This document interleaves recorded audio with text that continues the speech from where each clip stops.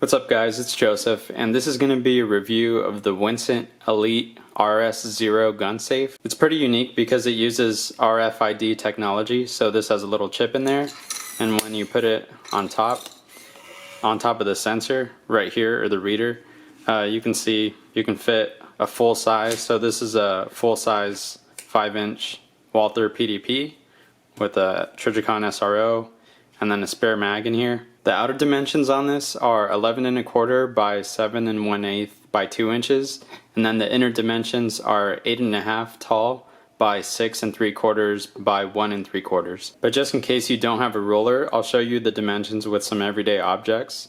So the height is a 33 round Glock stick magazine, and then the width is almost identical to a bolt carrier.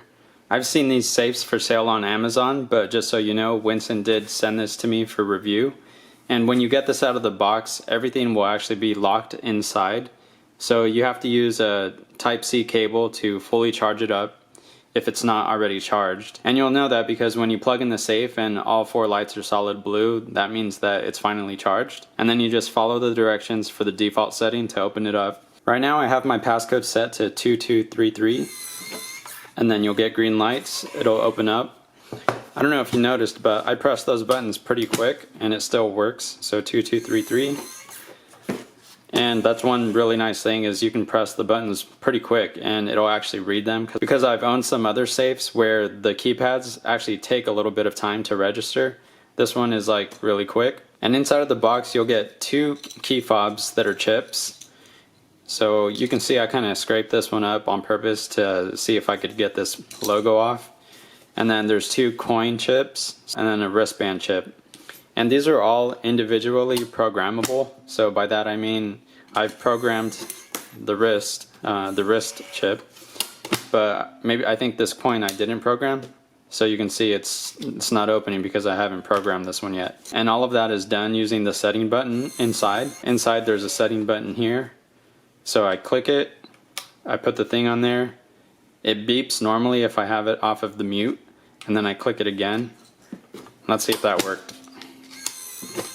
Yeah. Now I have like 5 things set up for the safe, and if you want you can clear everything off of the safe too to like reset. Inside of the safe you'll also find 2 screws, 2 anchors, a short USB-C charging cable, and then a security cable where you clip this into the edge right here. A close-up of the hole where you put the security cable and clip that into place. Earlier I mentioned the silent mode, so there also is a beeping mode.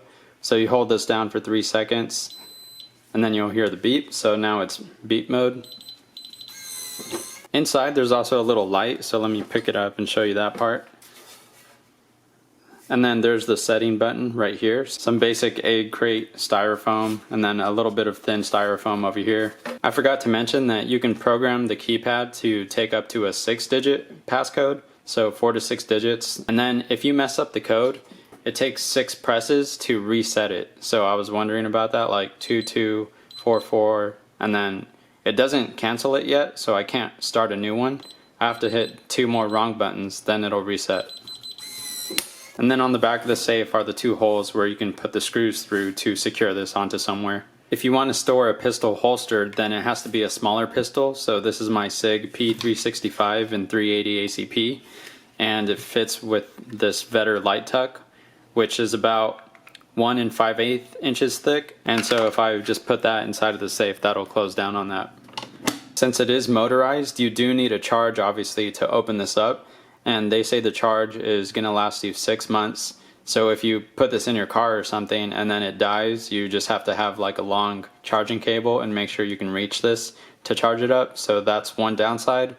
It'll let you know if the battery is low. It'll start flashing red when you open it whenever the battery drops below 30%. One of the things I wish were different about this were that the sensor area maybe had some white paint in here, but that's a really easy fix where you can put white paint so that you can easily see where to put the chips. One thing I learned about RFID is that the chip has to be parallel to work correctly. So you can see I am holding it right up to the sensor, and I'll slowly tilt it.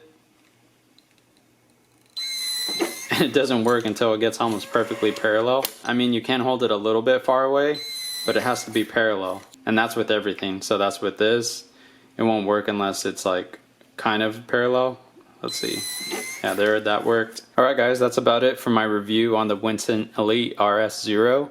If you guys have any comments or questions, you can leave those down below and I'll get back to you. If you liked the video, please like, subscribe, and share. And then you can check out how I modified the CMMG charging handle to accept a gasket, just like the Silencer Co. gas defeating charging handle has, so that I can get a really good seal when I shoot suppressed and reduce that gas in the face.